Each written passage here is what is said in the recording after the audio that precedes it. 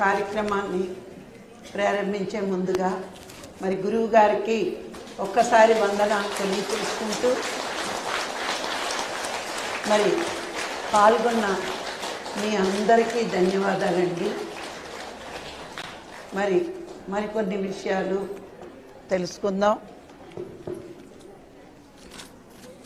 మనము ఈ నేర్చుకున్న జ్ఞానం ఎన్నో నేర్చుకుంటున్నాం, ఎన్నో వింటున్నాం, ఎన్నో చదువుతున్నాం. మనము ఎంతో నేర్చుకున్నా ఎన్ని ఆచరిస్తున్నాం. చాలా విషయాలు ఎలా ఉంటాయంటే తెలుస్తున్నట్టే ఉంటాయి, కానీ ఏమీ తెలియదు. అన్నీ తెలిసినట్టు ఉంటాయి, కానీ ఏమీ తెలియదు. అన్నీ తెలుసున్నాయి, నాకు తెలుసున్నవే కదా అనుకునేవాడు ఒక పెద్ద అజ్ఞాని. నాకు కొంత తెలుసు, ఇంకొంచెం తెలుసుకోవాలి, తెలుసుకోవలసినవి ఉన్నాయి కాబట్టే నేను భూమి మీద ఉన్నాను అని అనుకుంటాడు జ్ఞాని. అంటే అన్నీ తెలుసు, ఓ సింతేనా అని అనుకుంటాడు అజ్ఞాని మూర్ఖుడు. మరి ఇంతేనా తెలుసున్నప్పుడు ఆచరణలో ఎందుకు పెట్టుకోలేదు? మరి తెలుసు కదా, మరి ఎంతవరకు ఆచరణలో పెట్టావు? పెట్టాం. ఎప్పుడు పెడతాము అంటే మనం ధ్యానంలోకి వచ్చేకే. ఇవి ఆచరణలో లేకపోతే మనం ప్రపంచానికి దగ్గరే, ఆత్మకి దూరం అవుతాము అని ఈ సత్యం మనకు అవగతమైనప్పుడు ఆచరణలో పెడతాం. ఏదైనా చూడండి, మనసును నిగ్రహించే శక్తి ధ్యానానికి మాత్రమే ఉంది, దేనికి లేదు. అంటే ఒకప్పుడు ప్రపంచక జీవితంలో మనకు ధ్యానం లేక ఆ మనసు ఏదైనా కోరితే వెంటనే అమలుపరచాలనుకునేవాళ్ళం, అవునా? ఏదైనా కోరిక వచ్చిందనుకోండి, వెంటనే అమలుపరిచేయాలనుకునేవాళ్ళం. అప్పుడు మనకు నిగ్రహ శక్తి లేదు. కానీ ఇప్పుడు మనసుని నిగ్రహించే దారి తెలిసింది. అందుకే ఆ కోరిక వచ్చిన వెంటనే ఏమనుకుంటాం, అవసరమా లేదా అని ఆలోచిస్తాం. అంటే మనసును నిగ్రహించే శక్తి ఒక్క ధ్యానానికి మాత్రమే ఉంది, ఇంకా దేనికి లేదండి. మనసును తీసేస్తే మహాత్ములమే, మనం మహనీయులమే, మహర్షులమే. మనసు ఉంటే జీవుడు, మనసు లేకపోతే దేవుడు. ఆ మనసు వల్లే కదండి మనం ప్రపంచంలో ఎన్ని బాధలు పడుతున్నాం. మనోస్థితిలో ఉన్నవాడే కదండి కష్టాలు బాధలు అనుకుంటున్నాడు. ఆత్మస్థితిలో ఉన్నవాడికి ఏ బాధలు ఏ కష్టాలు ఉండవు. అవి కష్టాలు అనుకోవడం కారణం మనసు. ఈవేళ నన్ను ఎవరు అవమానించారు అని బాధపడ్డాడు అంటే వాడు మనోస్థితిలో ఉన్నట్లే కదా. నా దేహాన్ని అనుకున్నాడు కానీ నన్నేమీ అనుకోలేదు వాడు అనుకుంటే మనం ఆత్మస్థితిలోకి వెళ్తున్నట్లే. కానీ ఇవన్నీ ఇప్పుడు మనం వింటున్న ఇన్ని సబ్జెక్టులు ఆచరణలోకి అవగాహన రావాలంటే చాలా రోజులు పడుతుందండి, చాలా రోజులు పడుతుంది. చెప్పడం చాలా తేలిక, ఆచరణలో పెట్టుకోవడం చాలా కష్టం. ఒకవేళ పెట్టలేకపోయామనుకోండి, ఏమనుకుంటాం, మన వల్ల ఏమైంది, మన వల్ల ఏమవుతుంది. ఇప్పుడు చూడండి, మీరంతా తిరుపతి వచ్చారు, ధ్యానం చెయ్యాలనే వచ్చారా, బయట కూర్చొని బిస్కెట్లు తినాలని వచ్చారా?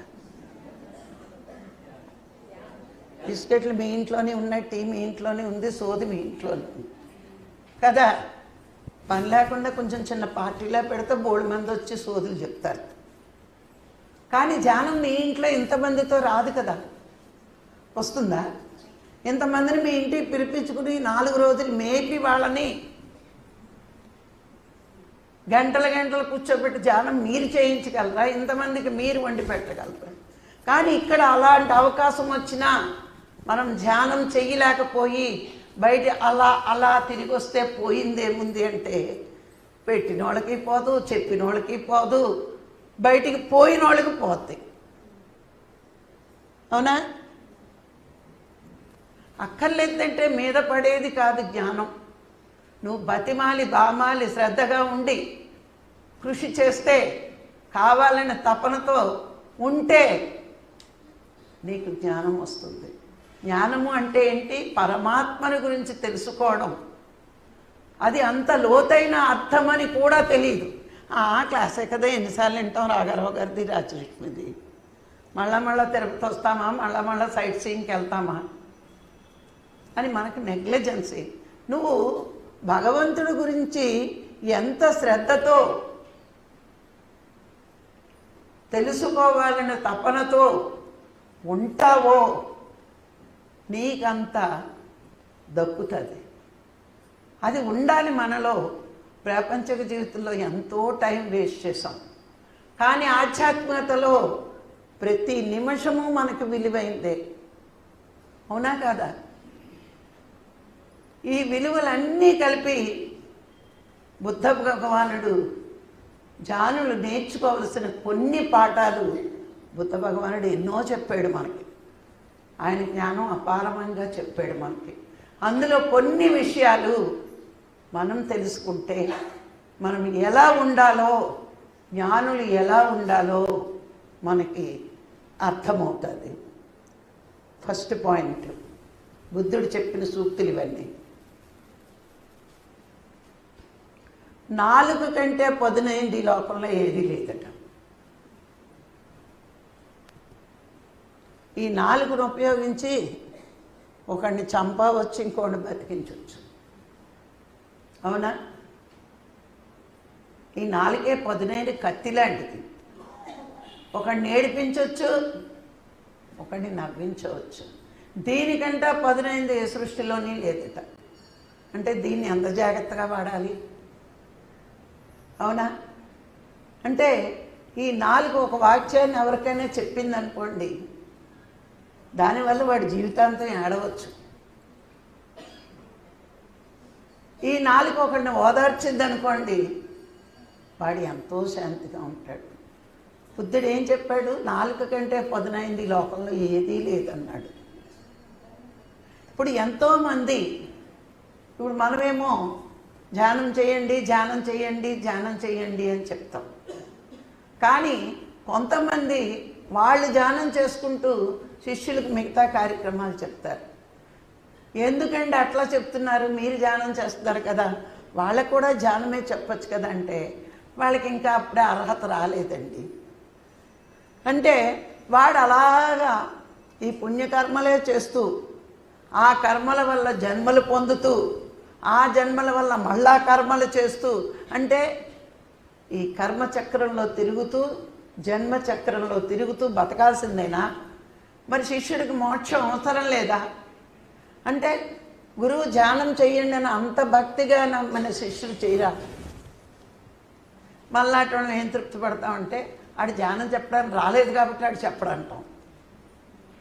మనం సర్దిపుచ్చుకోవడం బాగా అలవాటు మనకి. అవునా కదా? ఆడు చెప్పడానికి రాలేదు, ఆడు చేసుకోవడానికి వచ్చాడు. కానీ ఇలా పూజ చేయమంటాడు, ఆడు ధ్యానం చేసుకుంటాడు. ఇలాంటి మంది గురువుల్ని ఎంతోమందిని నేను చూశాను. మరి తను చేసిన సాధన, తను ఉన్నత స్థితికి ఎదిగినప్పుడు తన శిష్యులు కూడా వెళ్ళాలి కదా. వీళ్ళకి బుద్ధి ఉండదు. గురువుగారు ధ్యానం చేస్తారు, మనం చేస్తే పోలా అనుకోరు. అబ్బే 2 పూలు కొనేసి అలా వేసేస్తే అయిపోయింది అనుకుంటారు. మరి ఇదే నాలుక మీరు కూడా చేయండి అమ్మా అని ఎందుకనలేదు? అంటే వాళ్ళని ఇంకా అజ్ఞానంలో ఉంచింది. మనకి జ్ఞానం వచ్చేకి తెలిసింది అజ్ఞానం ఎంత భయంకరమైందో. అజ్ఞానం ఉన్నముంచి అన్నిటినీ అపోహతో వేరే దృష్టితోటే మనం చూస్తాం. మన దృష్టే మార్పుగా ఉంటుంది. జ్ఞానం వచ్చిన దగ్గర నుంచి అందరినీ మంచి దృష్టితో చూస్తాం. ఒకవేళ వాడు తిట్టినా ఏమో ఏ పరిస్థితుల్లో వాడికి మనం నచ్చలేదో, లేకపోతే ఏ జన్మలోనో తిట్టి వచ్చాం, ఇప్పుడు తిడుతున్నాడు. అది మౌన కోడలు అవనివ్వండి, కొడుకు అవనివ్వండి, కూతురే అవనివ్వండి, ఎవరు మనల్ని నిందించినా మనం ఎందుకు సహిస్తున్నామంటే జ్ఞానం ఉంది కాబట్టి. జ్ఞానం లేకపోతే అటు ఏంటంటే మనం 4 పీకుతాం కూడా. అంతంత పౌరుషాలు అందరికీ ఉంటాయి. మరి ఎందుకు సహనం? గురువు నేర్పాడు. సహనం ఉంటేనే నీకు ప్రగతి ఉంటుంది. వాడు ఎన్నైనా తిట్టుకొని వాడు నాలుగు వృధా అవుతుంది, నువ్వు రెస్పాన్స్ అయితే. అందుకే ఒక నాలుక పదునైన కత్తి కంటే పదునైంది. ఇప్పుడు చూడండి, కోర్టు ఉంది, జడ్జిమెంట్ ఇస్తూ ఉంటారు. సరి అయిన సాక్ష్యాలు లేకపోతే ఒక్క కలంతో వీడికి ఉరిశిక్ష అన్నాడు అనుకోండి, అయిపోయిందిగా వాడి జీవితం. అదే ఆయన కొంచెం సరి అయింది వస్తే, కొంచెం వేస్తే, జైలు శిక్ష వేస్తే వాడి జీవితం ఉంటుంది కదా. ఇలా విచారణ చేసుకుంటూ వెళ్తే ఈ నాలుకతో ఎన్ని ప్రమాదాలైనా సృష్టించవచ్చు, లేదా ఎంత శాంతినైనా సృష్టించవచ్చు. అందుకే అన్నిటికీ మూలం నీ నాలుకే అని బుద్ధ భగవానుడు మనకు నేర్పుతూ ఈ నాలుకని ఎలా అదుపులో పెట్టుకోవాలో. ఏదైనా సాధనే కదా. సాధన ఉన్నవాడు ఏం చేస్తాడు, ఏం మాట్లాడాలో ఏం మాట్లాడకూడదో వివేకంతో మాట్లాడతాడు. మరి వివేకం లేనివాడు టక్మన్ అనేస్తాడు. ఇప్పుడు మనం ధ్యానం చేస్తున్నామండి, పూజ చేయమండి, వచ్చిన వాళ్ళు నోరు మూసుకుని వెళ్తారా? మనని ఏడిపించాలి, బాధ పెట్టాలనుకున్న వాళ్ళు మీ పూజ గది ఎక్కడుంది ఫస్ట్ అడుగుతారు. మేము పూజ గది ఉండదండి, మేము ధ్యానమే చేస్తాం. ఏంటి మీరు పూజలు చేయరా? ఏదో పెద్ద పాపిష్టి పని చేసినట్టు. ఇలా నన్ను చాలామంది అడిగేవారు. అప్పుడు నేను అనేదాన్ని, మీరు ఎన్ని సంవత్సరాల నుంచి ధ్యానం చేస్తున్నారండి? అది తప్పులేదు కదా. వాళ్ళు చేసే పని మన అడిగినప్పుడు మనం చేసే పని వాళ్ళని అడగాలి కదా. లేదండి మేము పూజలు ధ్యానం చేయం. మీ వల్ల కాదండి ధ్యానం చేయడం, మీ వల్ల కాదు. అది కొందరికే అర్హత ఉంటుంది. భగవంతుడు ఉన్నాడు అని తెలుసుకోవడం తొలిమెట్టయితే, ఉన్న భగవంతుడిని తెలుసుకోవడానికి ధ్యానం చేయడం తుదిమెట్టు. దీనికంటే ఇంకో మెట్లేదు.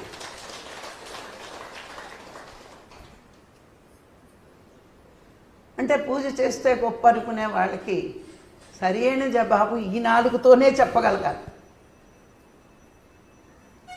మరి ఎంతో హేళన చేద్దామనుకుంటున్నారు, మనం చేయమా? ధ్యానం అన్నది ఆషామాషిగా అందరికీ ధ్యానం వరించదండి.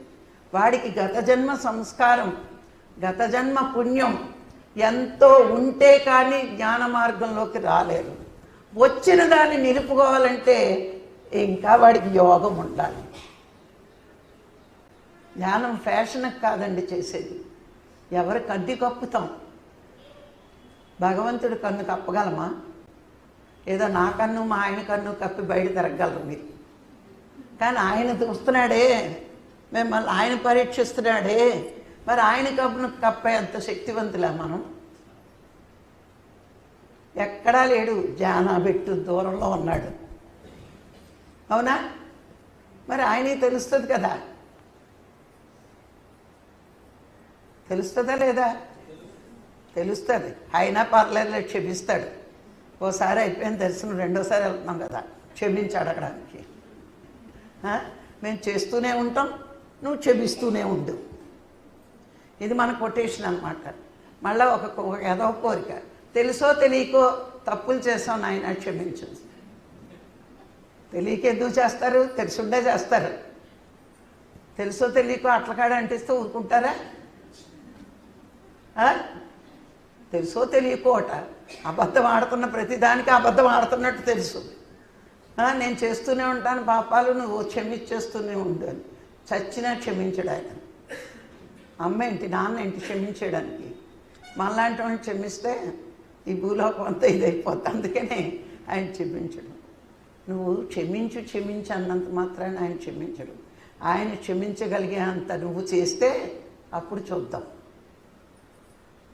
ఇక్కడ ఏంటి అంటే బుద్ధుడు చెప్పింది మన నాలుకని ఎంత జాగ్రత్తగా వాడాలో. నాలుక కంటే పదునైంది ఈ లోకంలో ఏదీ లేదని ఒక్క మాట బుద్ధ భగవానుడు అన్నాడంటే ఆ నాలుకని ఎంత జాగ్రత్తగా వాడుకోవాలో. సత్యవాక్కులు, మంచి వాక్కులు, ప్రేమకరమైన మాటలు. అంతేకాని వాడి మీద వీడికి చెప్పి, వీడి మీద ఆడికి చెప్పి లేనిపోయిన మాటలు సృష్టించి వాళ్ళ జీవితాల్లో యుద్ధాలను కలిగించేలాగా మన నాలుకని వాడకూడదు. అది బుద్ధుడు మనకి నేర్పిన మెసేజ్. నాలుక కంటే పదునైంది ఈ లోకంలో ఏదీ లేదు అని చెప్పడానికి కారణం అది. మరి రెండో పాయింట్, మనకి అతి దూరమైంది ఏంటి అనుకుంటే గతం. గతం దగ్గరికి వెళ్ళగలవా నువ్వేమన్నా? దానికంటే దూరమైంది ఇంకేం లేదట. అందుకే తిరిగి రానిది గతం కాబట్టి నువ్వు వర్తమానాన్ని చాలా జాగ్రత్తగా ఉంచుకుంటే గతం నీకు చాలా అందంగా కనిపిస్తుంది. అవునా? రేపు చేద్దాంలే, రేపు ఈ పని చేద్దాంలే, రేపు ఆ పని చేద్దాంలే, ఈ పని చేద్దాం, రేపు రేపు అంటారు చూడు. అందుకే మనలాంటి బద్ధకస్తులకే బుద్ధుడు చెప్పాడు, తిరిగి రాంది గతం కాబట్టి నీకు అతి దూరమైంది గతం. ఇంకా అది వెళ్ళిపోయిందా ఆ క్షణం నువ్వు తెచ్చుకోలేవు. అందుకే చాలామంది చెప్తారు వర్తమానంలో జీవించు. ఎందుకు వర్తమానంలో జీవించమన్నారు? ఇంకో నిమిషానికి ఇది గతం అయిపోతే ఆ క్షణం నీ చేతిలో ఉండదు. ఇప్పుడు వర్తమానంలో నువ్వు ఒక మంచి పని చేసావు. సరే, ఈవేళ ఏ వారం? శనివారం. నిన్న శుక్రవారం. ఈ శుక్రవారం శనివారానికి గతమైంది. శుక్రవారం నీకు ఒక అవకాశం వచ్చింది, ఒక మంచి ఆఫర్ వచ్చింది. నువ్వు ఆ రోజు చేయడానికి బద్దకించవు. శనివారానికి గతమైంది. అయ్యో, దాని విలువ తెలిసినప్పుడు నిన్న చేసేస్తే పోలా, అనవసరంగా చేయలేదు, ఈవేళ చేద్దామంటే నాకు ఆ అవకాశం రాదు. అందుకే చాలా జాగ్రత్తగా గమనిస్తే నీకు చాలా దూరమైంది గతం. అది నువ్వు వెళ్ళాలన్నా వెళ్ళలేవు. వెళ్ళగలమా గతంలోకి? అందుకే వర్తమానంలో నువ్వు కరెక్ట్గా జీవించగలిగితే గతం నీకు బహు అందంగా కనిపిస్తుంది. ఆ వర్తమానాన్ని నువ్వు సరిగ్గా ఉపయోగించుకోలేకపోతే మళ్ళా చేద్దాం అంటే అది నీ దగ్గరికి రాకపోవచ్చు. అందుకే నీ జీవితంలో అతి దూరమైంది ఏంటి అంటే గతమే. నువ్వు ఇక్కడి నుంచి ఎక్కడికైనా ఫ్లైట్ ఎక్కి వెళ్ళగలవు, కానీ గతానికి వెళ్ళడానికి ఏ ఫ్లైట్లు లేవు. అవునా? ఉన్నాయా? అందుకే ప్రతి క్షణము వర్తమానంలో సరి అయిన జీవితం జీవించండి అని మనకు మహాత్ములు చెప్తారు. బుద్ధుడు ఒక్క మాటలో చెప్పాడు, అతి దూరమైంది ఏంటి అంటే గతమే. అది పోగొట్టుకున్నావా? పోగొట్టుకోవడం అంటే వర్తమానంగా అది ఉన్నప్పుడు నువ్వు గతాన్ని సరిగ్గా సద్వినియోగం చేసుకోలేదు. ఇప్పుడు ఆ గతం ముందు వర్తమానం అయ్యేగా తర్వాత గతం అవుతుంది. అంటే వర్తమానంలో నువ్వు సరి అయిన జీవన విధానం జీవిస్తే నువ్వు చాలా హ్యాపీగా చెప్పుకుంటావు, నేను చక్కగా పొద్దున్నుంచి ధ్యానం చేశాను, లేదా ఏ ఊరైనా వెళ్ళి క్లాస్ చెప్పాను, నాకు చాలా హ్యాపీగా ఉంది, నిన్న ఒక పుస్తకం చదివాను, అందులో నాకు మంచి విషయం తెలిసింది. అంటే నువ్వు ప్రతి నిమిషము వర్తమానంలో ఉపయోగించుకోగలిగితే అది నీకు భవిష్యత్తుకి ఆనందకరంగా మారుతుంది. ఆ వర్తమానాన్ని నువ్వు సరిగ్గా ఉపయోగించుకోలేకపోతే గతం నిన్నెప్పుడు బాధ పెడుతూనే ఉంటుంది. అందుకే మహాత్ములు మనకేం చెప్తారు? వర్తమానంలో జీవించండి అంటే వర్తమానాన్ని సరిగ్గా ఉపయోగించుకోండి. తిరిగి రాంది చాలా దూరమైంది గతం. అందుకే బుద్ధుడు ఒక్క ముక్కలో చెప్పాడు, నీకు చాలా దూరమైంది ఏంటి అంటే గతమే. నిన్నలా ఉంది, ఇది దూరంగా అనిపించదు, కానీ అది దూరమే, ఎప్పటికీ రాదు కదా మన దగ్గరికి. అందుకని చాలా దూరమైంది ఏంటి అంటే అమెరికా కాదు, లండను కాదు, గతమే. అందుకే నీ గతాన్ని గురించి నువ్వు ఆనందంగా చెప్పుకోవాలి అంటే నువ్వు వర్తమానంలో సరి అయిన జీవన విధానం నీకుంటే నువ్వు గతాన్ని వెళ్ళిపోయిందే, నేను ఆ పని చేయలేదే అని బాధ లేకుండా దాన్ని ఎప్పుడు వర్తమానంలోనే నువ్వు హాయిగా చెప్పుకుంటావు. అంతే కదా? శుక్రవారం నాడు సరి అయిన పని చేస్తే శనివారం చెప్పుకుంటావు, ఆదివారం కూడా చెప్పుకుంటావు, ఎన్ని రోజులైనా బాగా చెప్పుకుంటావు. మరి శుక్రవారం నాడు నువ్వు వచ్చిన అవకాశాన్ని నువ్వు చేయలేకపోతే ఎన్ని రోజులైనా అయ్యో నేను చేయలేకపోయినా, అయ్యో నేను చేయలేకపోయానని అనుకుంటావు. ఎన్నిసార్లు అనుకున్నా గతం నీకు తిరిగి రానంత దూరం అయిపోతుంది. అందుకే మహాత్ములు మనకి వర్తమానంలో జీవించు, వర్తమానంలో జీవించు అని చెప్పడానికి కారణం, గతం తిరిగి రానిది. ఇప్పుడు వర్తమానాన్ని చేజార్చుకుంటే ఇంకొక రోజుకి, ఇంకో నిమిషానికి ఈ వర్తమానం గతమైపోతుంది నీకు. అందుకే వర్తమానంలో సరి అయిన జీవితం జీవించు అని మనకి ఇండైరెక్ట్గా చెప్తారు. బుద్ధుడు ఏమి ఇండైరెక్ట్గా చెప్పాడు? చాలా దూరం గతం నీకు, అది నీకు చాలా దగ్గర అనుకుంటున్నావు, చాలా దూరం. నువ్వెంత ప్రయత్నించినా అక్కడికి చేరలేవు. నువ్వు శుక్రవారానికి వెళ్ళగలవా? ఇవాళ శనివారం, అందుకే చాలా దూరం అన్నాడు బుద్ధుడు. ఎంత చక్కగా చెప్పాడు చూడు. అవునా? అతి పెద్దదైనది ఏంటి? 3వ పాయింట్. అతి పెద్దదైనది ఏంటి అంటే కోరికట.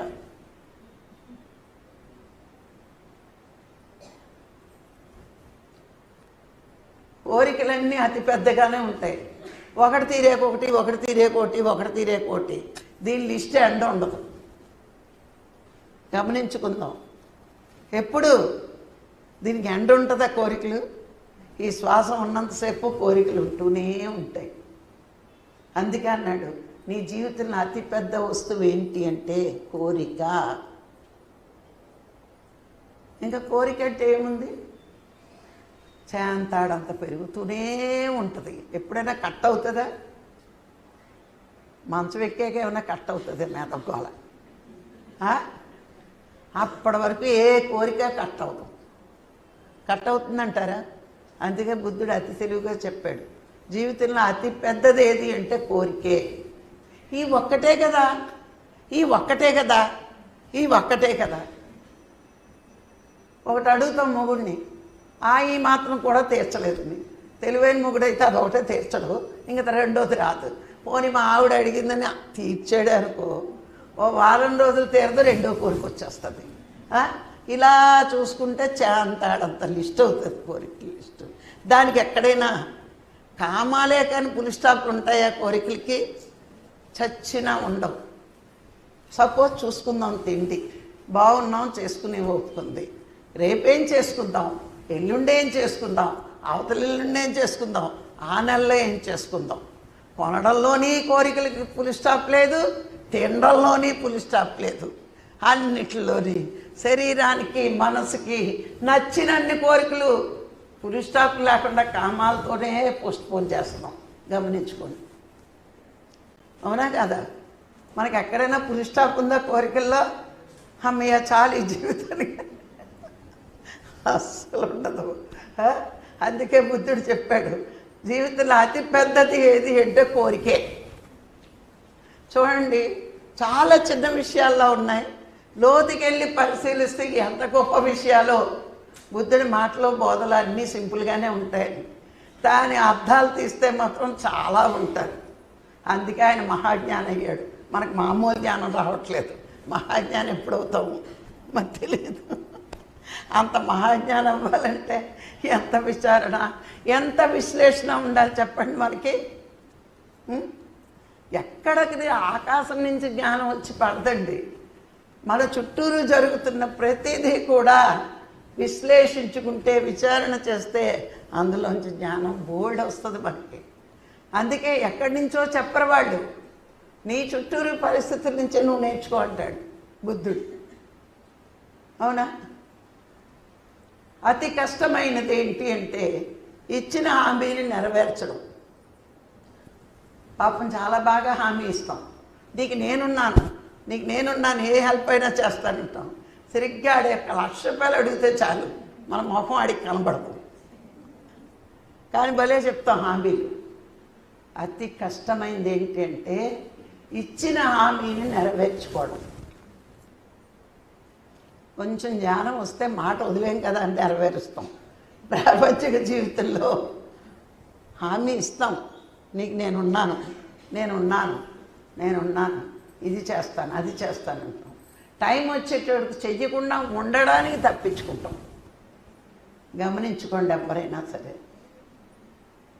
ఎవరైనా సరే మన స్వశక్తి మీద మనం ఆధారపడి ముందుకెళ్ళాలి. కానీ ఎవడో నాకు ఇస్తాడని ఎప్పుడూ ఆధారపడి మనం ముందుకు వెళ్ళకూడదు. ఆ టైం కార్డు ఇస్తాడో ఎప్పుడో, వాడు మనకు సాయం ఉంటాడో ఉండడో. అందుకని హామీ ఇచ్చి నెరవేర్చుకోవడం చాలా కష్టమండి. అది కష్టమైన పని ఏంటంటే, అందుకే మనం ఎవరికైనా హామీ ఇచ్చినప్పుడు ఒక్క క్షణం ఆలోచించాలి. నేను హామీ ఇస్తున్నాను, ఈ హామీలు వీడికి తీర్చగలనా లేదా ఆలోచించి హామీ ఇవ్వాలి. ఓ నోరుంది కదా, నీ వెనకాతలు నేను పెద్ద దండుగా ఉన్నాను అంటే, నువ్వు 10 లక్షలు ఆడు అడుగుతాడు, నీకు కావాల్సినప్పుడు ఇస్తానులే అని హామీ ఇచ్చావు. ఆ టైంకి నీ చేతిలో డబ్బు అయిపోయింది, ఏం చేస్తావు? అందుకే హామీ ఇచ్చినప్పుడే దేనికైనా సరే కొంచెం ఆలోచించి ఇవ్వాలి.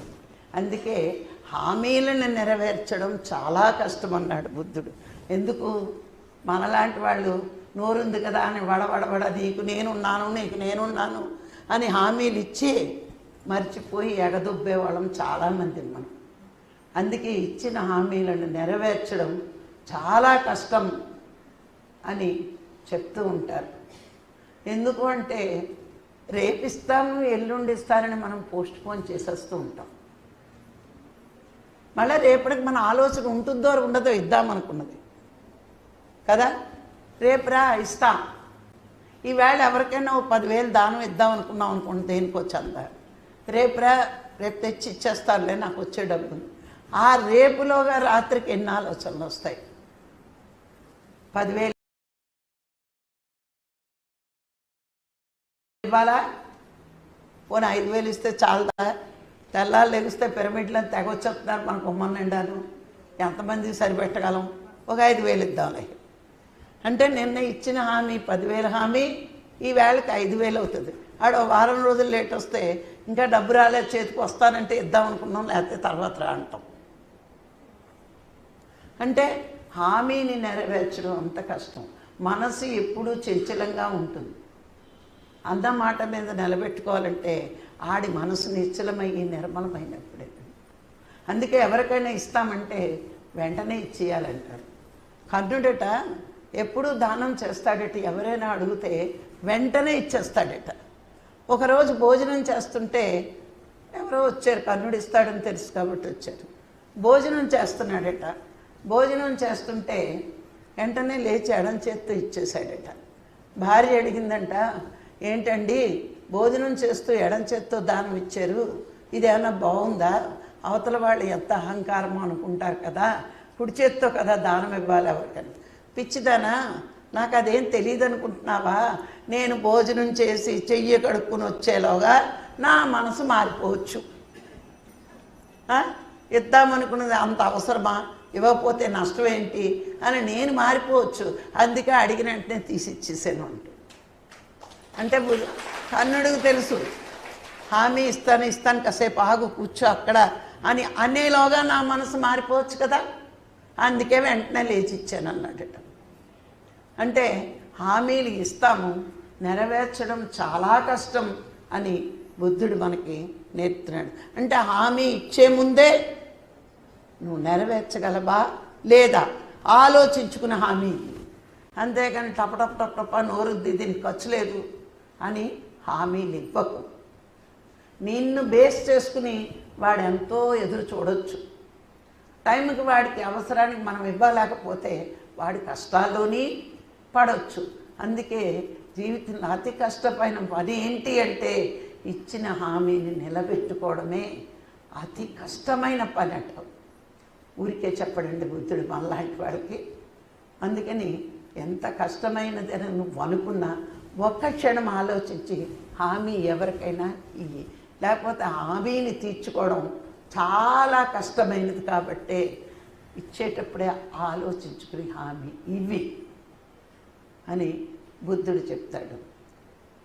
నీకు అతి దగ్గరగా ఉన్నది ఏది అంటే మృత్యువేనండి. మనకి అతి దగ్గరగా ఉన్నది ఏది అంటే మృత్యువే. పాపం నాకు 40 ఏళ్ళే, ఇంకా బతికేస్తాను 100 ఏళ్ళు అనుకుంటాం. కరెక్ట్ కాదు అది.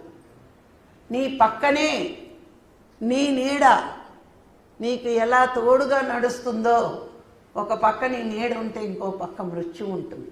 ఈ ఎరుకతో జీవించు నువ్వు. నీ పక్కనే ఉంటుంది మృత్యువు.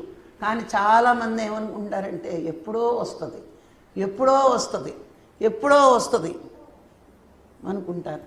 కాదు, నీ పక్కనే ఉంటుంది. ఎప్పుడైనా దానికి నీ మీద ప్రేమ కలగవచ్చు. మరి మనం అంటే చాలా ఇష్టం, అందరికీ ఇష్టం అవ్వాలి, అందరికీ ఇష్టం అవ్వాలంటాం. మరి మృత్యువుకి ఎందుకు ఇష్టం అమ్మో? దానికి కూడా ఇష్టం అవ్వాలి కదా. నేను లేకపోతే మా ఆయన తినలేడు, నేను లేకపోతే మా అబ్బాయి తిడ్డు, నేను లేకపోతే మా అమ్మాయి తిద్దు, ఎంతమంది తిందంటారు. నువ్వు లేకపోతే మృత్యువు కూడా పక్కకి వెళ్ళంటుంది. అందుకని నీ పక్కనే నీ నీడలాగా నీ కూడా అంటి పెట్టుకుని ఉంటుందనే ఎరుకలో జీవించు.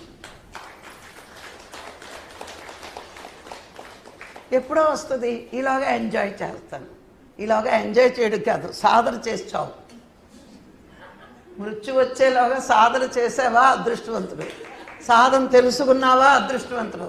జ్ఞానం పెంచుకున్నావా అదృష్టవంతుడు.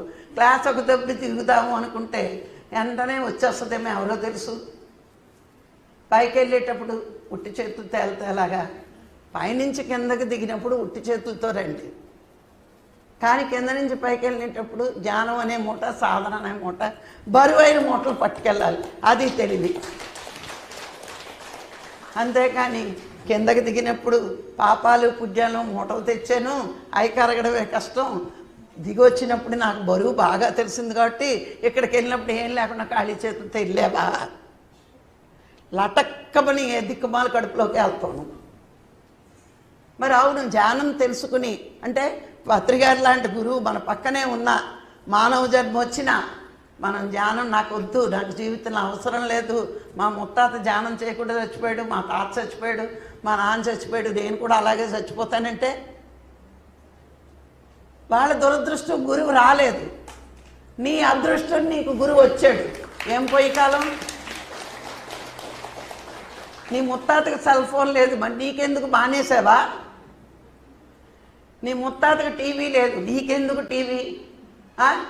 నీ ముత్తాత కాలినడకన పొలం వెళ్ళాడు, మరి నీకే లోకం కారు కావాలి? ఇన్ని ముత్తాతకు లేని అన్నీ కావాలి. ముత్తాత ధ్యానం చేయలేదు, నేను చేయను, మా ఇంట వంట లేదు అన్నావో నీ అంత దరిద్రుడు ఇంకోటి ఉండడు. అంతేనా? ఇంకెంతకంటే ఏమైనా పట్టుకెళ్తాను. మరి ధ్యానంలోకి వచ్చి కూడా దాన్ని నెగ్లెక్ట్ చేస్తే, కోహినూరు వజ్రాన్ని ఇస్తే కుంకుడికాయలు కొట్టుకోవడానికి ఉపయోగించిందట నాలాంటి మూర్ఖురాలు ఎవరు. ఇదిగో అమ్మ కోహినూరు వజ్రం, నువ్వు చాలా నిజాయితీగా ఉన్నావు కాబట్టి నీకు గిఫ్ట్ ఇస్తానని ఒక ఋషీశ్వరుడు ఒక ఆవిడకి ఇచ్చాడు.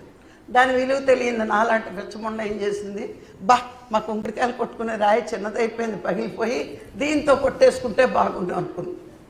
ఒక జ్ఞానం ఏం చేస్తుంది, ఒక హారం చేయించుకుంటుంది. ఒక అజ్ఞానం ఏం చేస్తుంది, మనలాగే ఏడుస్తుంది అనుకుంటుంది.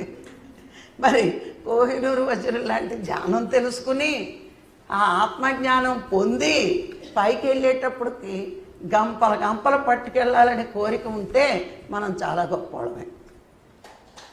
ఈ గంపల గంపలు పట్టుకెళ్ళాలనే కోరిక మనకు లేదు.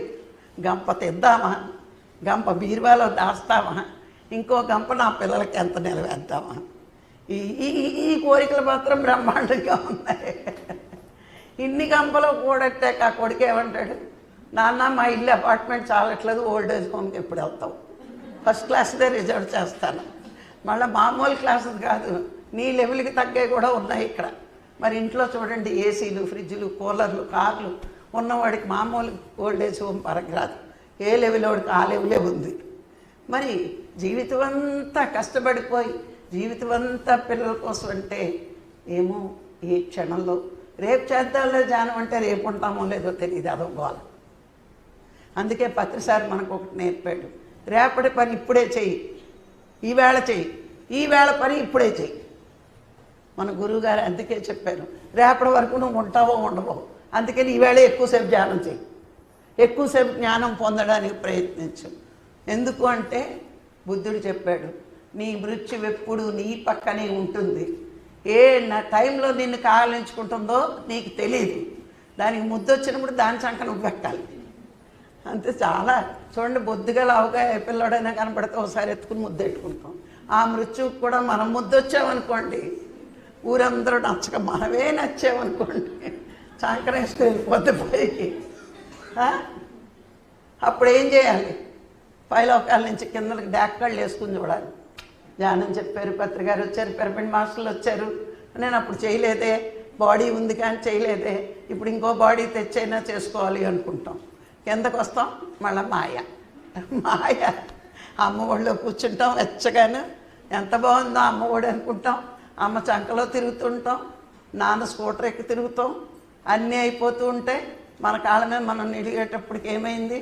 చదువు, ఉద్యోగం, సంసారం, పిల్లలు, పీచులు.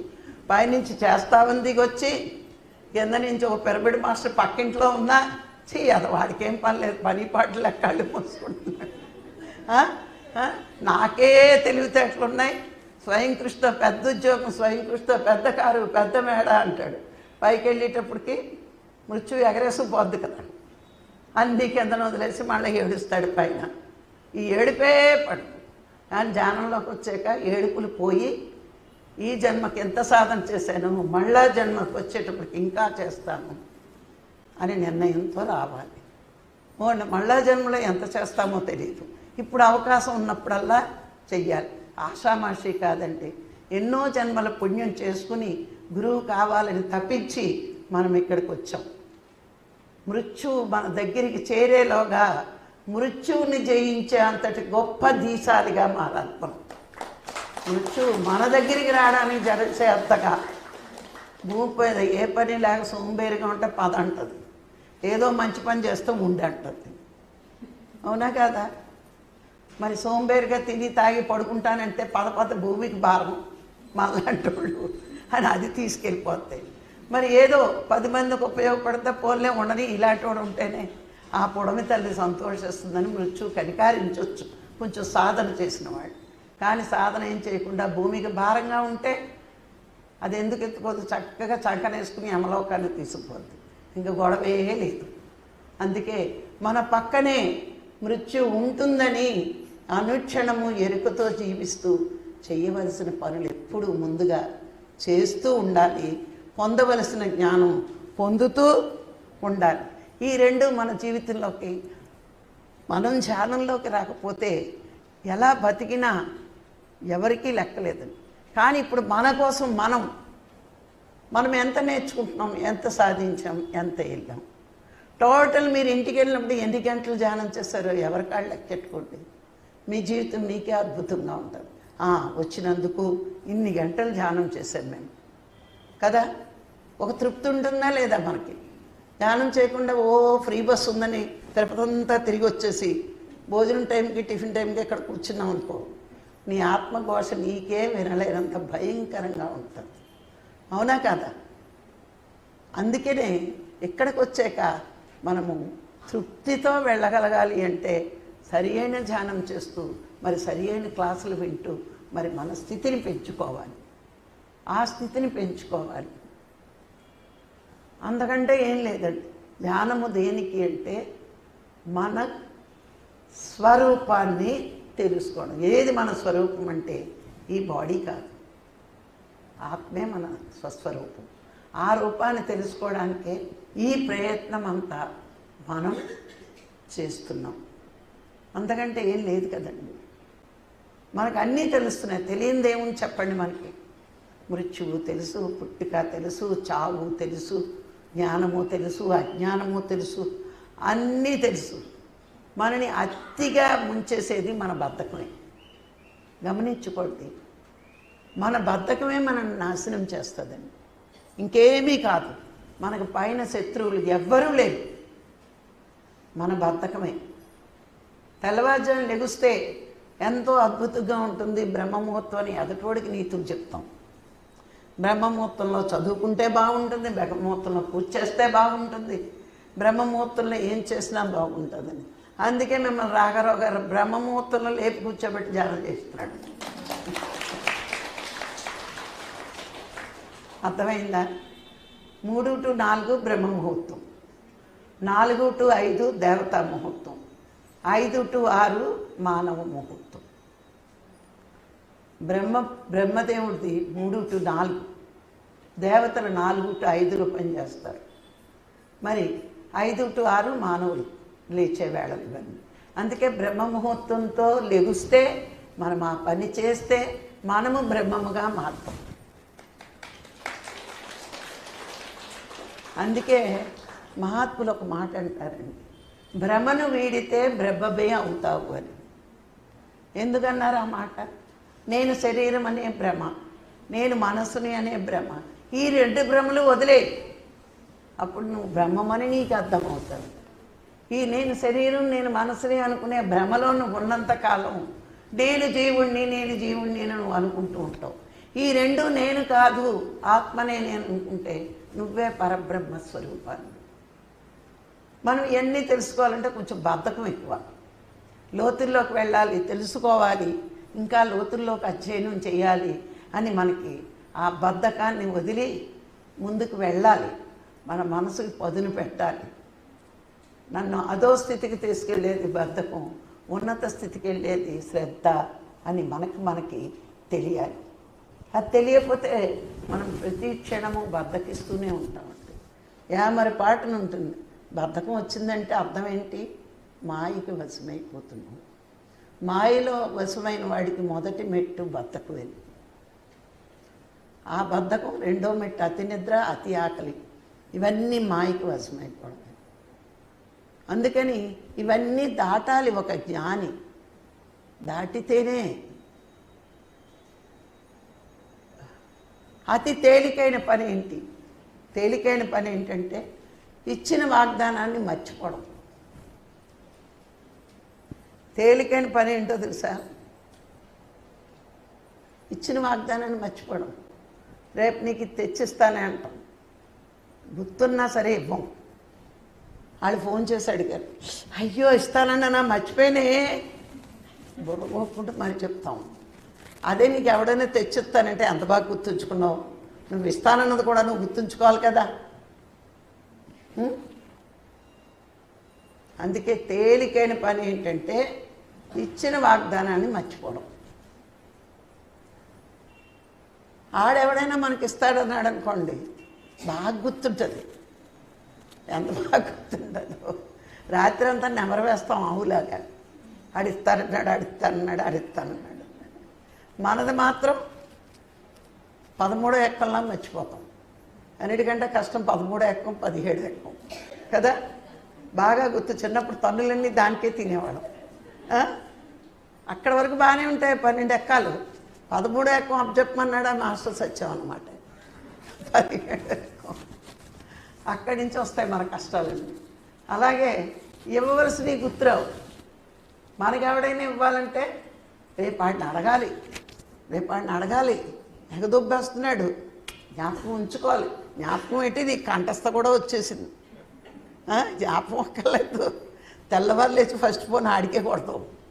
ఎందుకంటే తెల్లవాళ్ళు కంఠస్థ పట్టావు కదా, అడగాలి అని చాలా బాగా గుర్తుంటుంది. తెల్లారు లెక్కనే బ్రష్ చేసుకుని కాఫీ తాగి ఫస్ట్ ఫోన్ ఆడికే నువ్వు ఇవ్వాల్సింది ఇవాళ ఇస్తాన్నావు, గుర్తుందా? మనం ఎవరికైనా ఇవ్వాలనుకో మర్చిపోతాం కూడా, ఎందుకంటే దాని మీద మనం దృష్టి పెట్టం. అందుకే బుద్ధుడు ఏమన్నాడు, అతి తేలికైన పని అతి తేలికైన పని ఇచ్చిన వాగ్దానాన్ని మరిచిపోవడం.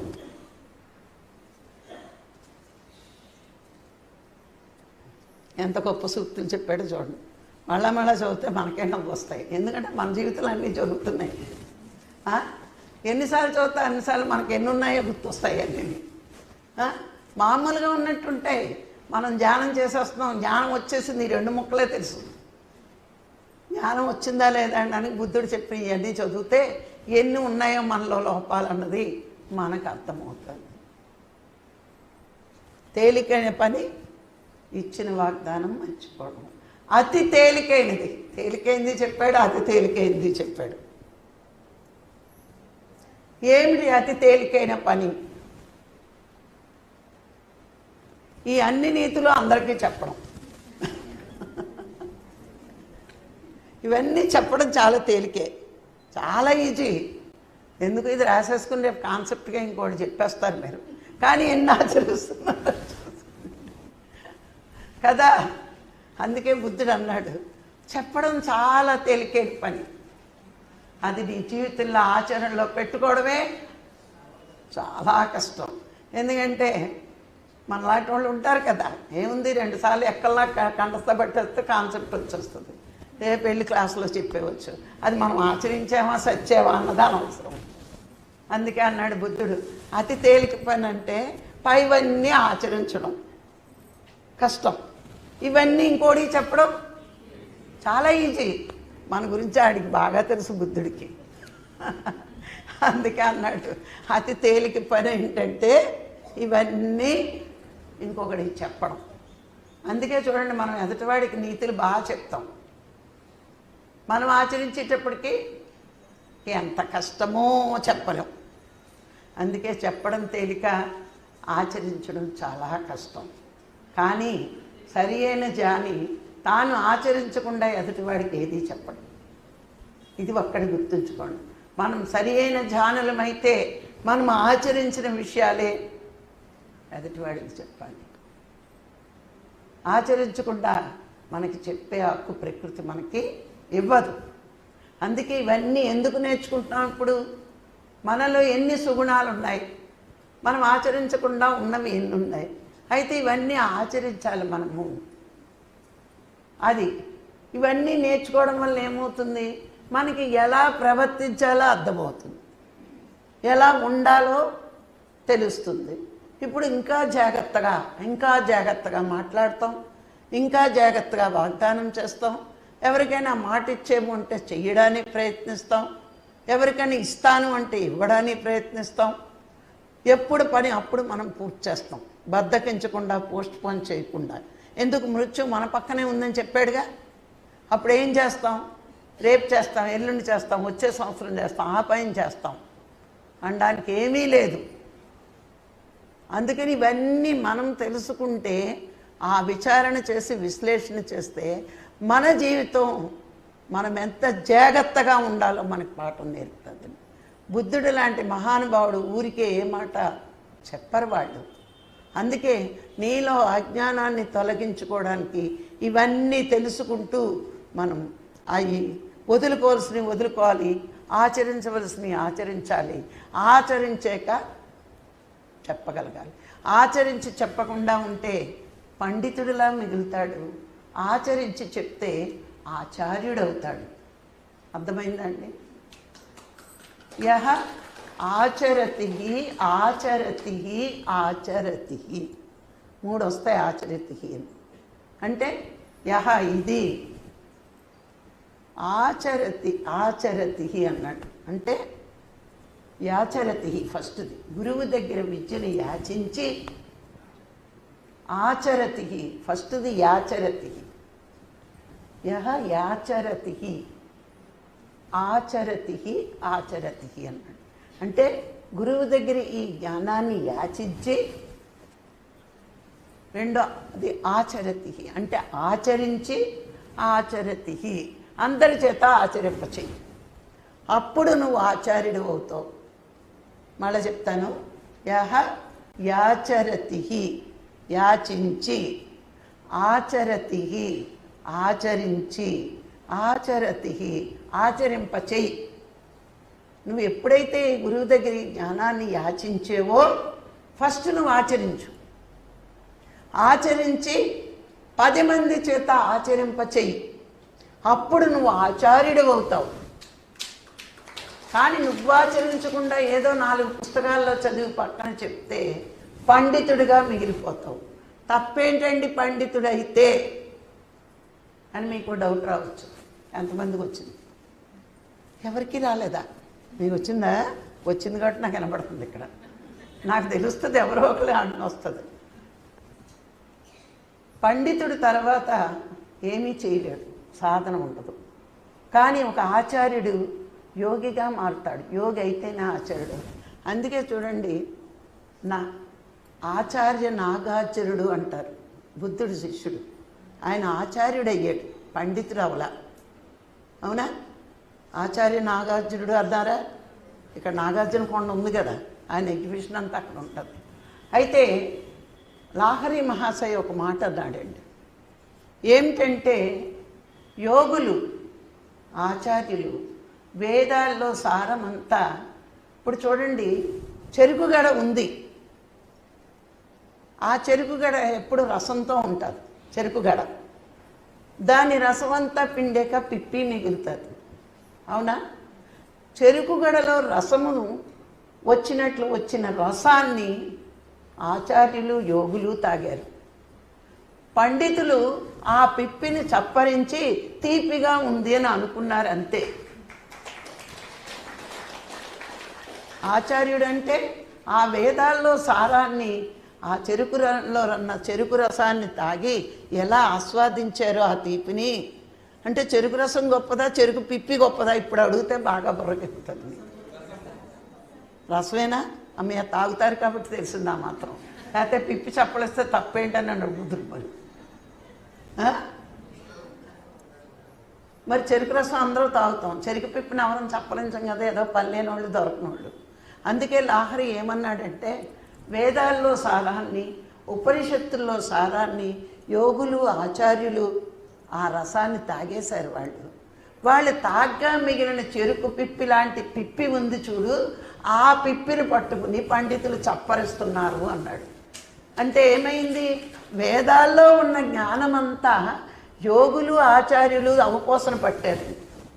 కానీ పనికిరానివన్నీ పట్టుకుని ఇదే పరమార్థం అన్నట్టు ఈ పండితులు ప్రజలకు చెప్తున్నారు, అవునా? అందుకే పండితుడు గొప్పవాడా, ఆచార్యుడు గొప్పవాడా? మనం ఆచార్యులుగా ఉండాలి అంటే గురువు దగ్గర నుంచి విద్యని ఆచించి మనం ఆచరించి 10 మంది చేత ఆచరింపచేయాలి. అది ఆచార్యుడు. ఆచార్యుడే యోగి అవుతాడు, యోగే ఆచార్యుడిగా వస్తాడు. నేర్చుకున్నప్పుడు యోగి అవుతాడు, అందరికీ బోధించేటప్పుడు ఆచార్యుడిగా మిగులుతాడు. ఆచార్యులే కదా బోధిస్తారు, అంతేనా? ఇంకా తెలీదా?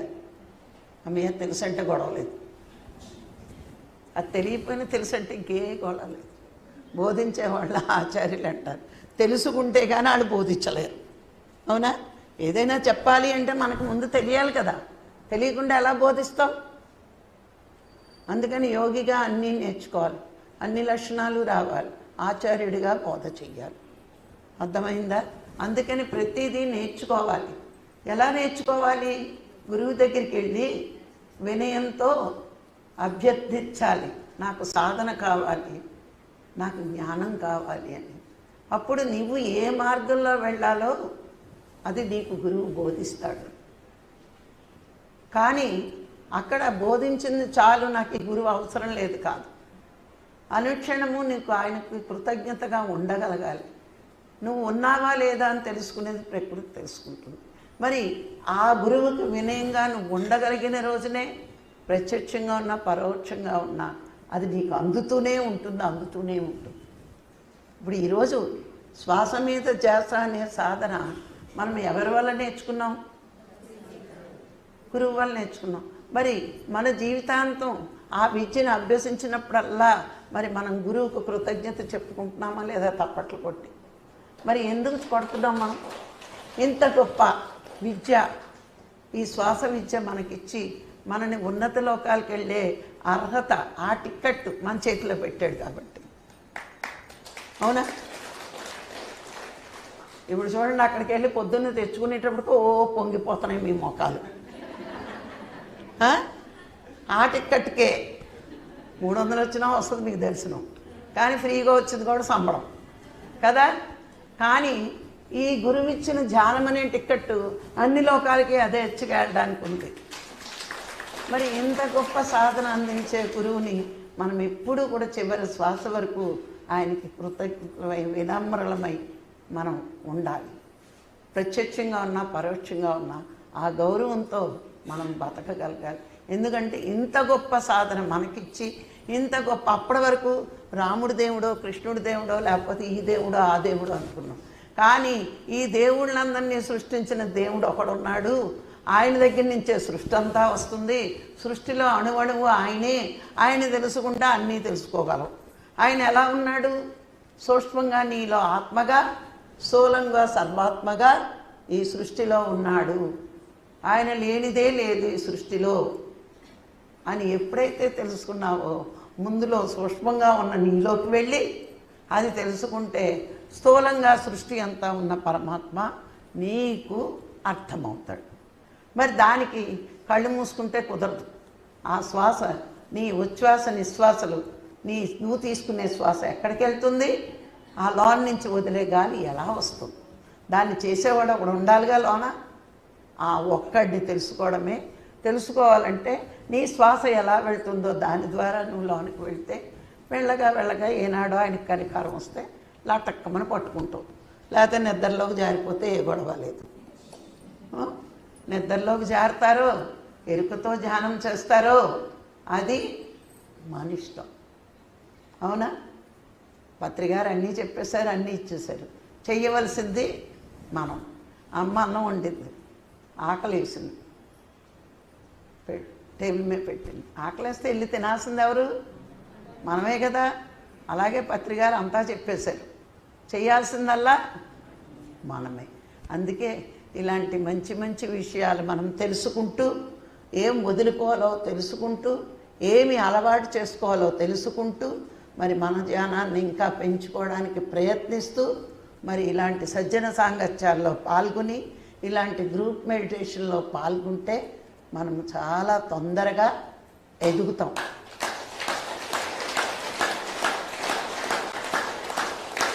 మరి ఈరోజు ఆ బోనస్ ఎలా ఉంటుందో మచ్చు వెంకటేశ్వర స్వామి చూపించాడు.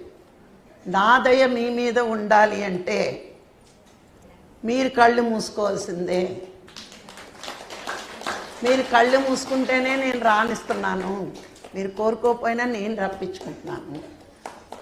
మన భక్తి భగవంతుడి మీద ఉండడం కాదండి, భగవంతుడి ప్రేమ మన మీద ఉండాలి. అది నేర్చుకోవాలి.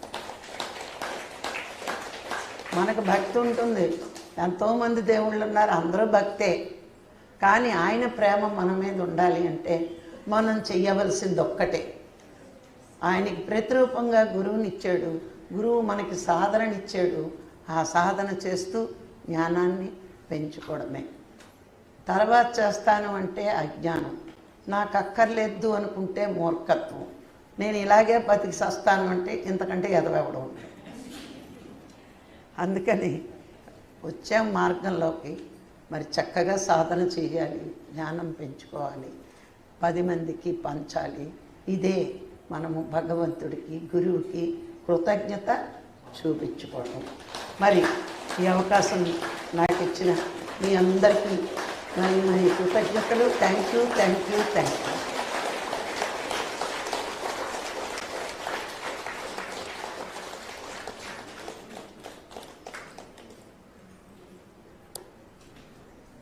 ఎన్నింటి వరకు జానం ఒకసారి సార్ని అడిగా, 8, 9 ఒకసారి అడిగా చెప్తాం.